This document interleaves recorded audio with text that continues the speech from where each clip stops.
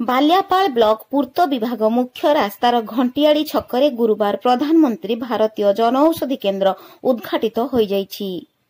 तहसीलदार जनक कुमार नायक मुख्य अतिथि, प्रवीण जननेता रविन्द्र कुमार अंडिया मुख्य वक्ता, सम्मानित अतिथि भाव निखिरा सरपंच अंजन कुमार गिरी, अवसरप्राप्त प्राध्यापक वीरमाधव दास, प्रधानमंत्री भारतीय जनऔषधि केन्द्र जिला संयोजक ताराकांत बारिक प्रमुख जोग देई केन्द्र को उद्घाटन करथिले।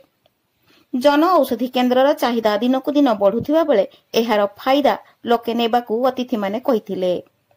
अध्यापक डॉक्टर सुकांत कुमार गिरी सभारे पौरोहित्य करथिबा बेले प्राक्तन प्रधान शिक्षक सुधाकर दास अतिथि परिचय और धन्यवाद अर्पण करथिले।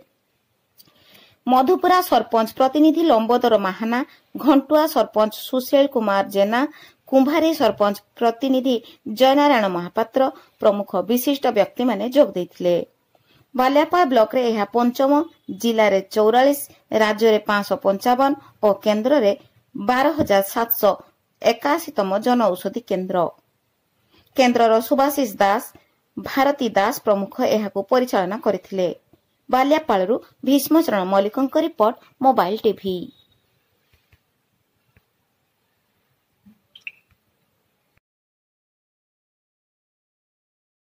शुभारंभ है ये बाबद कौन कौन लोक सेवा पाइबे कौन ये औषध दुकान तारतम्य। आज जो प्रधानमंत्री जन औषधि केन्द्र घंटियाड़ी छक ठारे उद्घाटन करागला, विधिवत भाव आज खोलागला। निश्चय भाव अंचलवासी एथर बहु उपकृत हे। एटा प्रधानमंत्री नरेंद्र मोदी गोटे एक जुगान्तकारी व्यवस्था जहाँकि समस्त जो माने औषध किणुचंती समस्त औषध किणाणी मैंने एथिरे कम दाम रे जो जेनिक मेडिसिन पाई परिबे एवं उपकृत हो पारे। निश्चय दैनंदिन जीवन में तांकर इनकम रो 50% से माने औषध खर्च करछंती, जहाँकि ये औषध द्वारा तांकर इनकम रो सेव करि परिबे, जार 1/3 रेट रे पाई परिबे।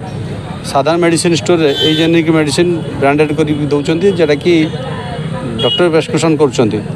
सेम कंपोजिशन ये भल मलिकुल भी मेडिसिन रही जहाँकि लोक उपकृत हे। निश्चय भाव आम अंचलवासी मेसेज देवु जे वार्ता सबुआड़े जाऊ, समस्त उपकृत हूँ।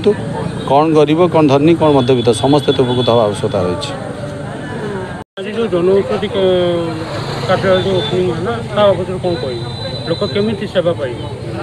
देखु आज जन औषधि कार्य प्रधानमंत्री जन औषधि कार्य माने औषध दुकान जोटा घंटियाड़ी छक पाखे गोटे दुकान खोलाई नूतन भाव में खोलाई जो दुकान टी खोलाई माने बालियापाल द्वितीय जन औषधि दुकान। ये दुकान माध्यम लोक मैंने जो आम बालियापाल अंचल किसी गरीब लोक मैंने अच्छा मध्यवित्त परिवार लोक मैंने अच्छा जो मैंने बाहर को जाए भल मेडिसिन नहीं आनी पारना कि सही डॉक्टर से कंपोजिशन ये माने सही भेराइटी औषध मैंने पाई पारुछंती सुलभ मूल्य।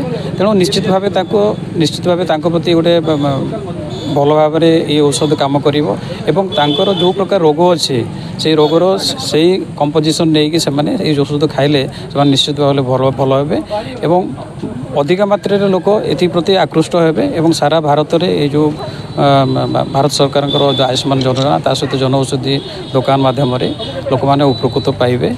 एवं आज जमीती मध्य प्रदेश रे अधिका जन औषधि दुकान होता सहित आम ओडिशा रे 500 रु ऊर्ध्व दुकान खोली एवं आवश्यक अनुसार धीरे धीरे सबुआडे स्प्रे ये जो जन औषधि दुकान खोलला लोक मैंने निश्चित भाव में उपकृत हो पारे।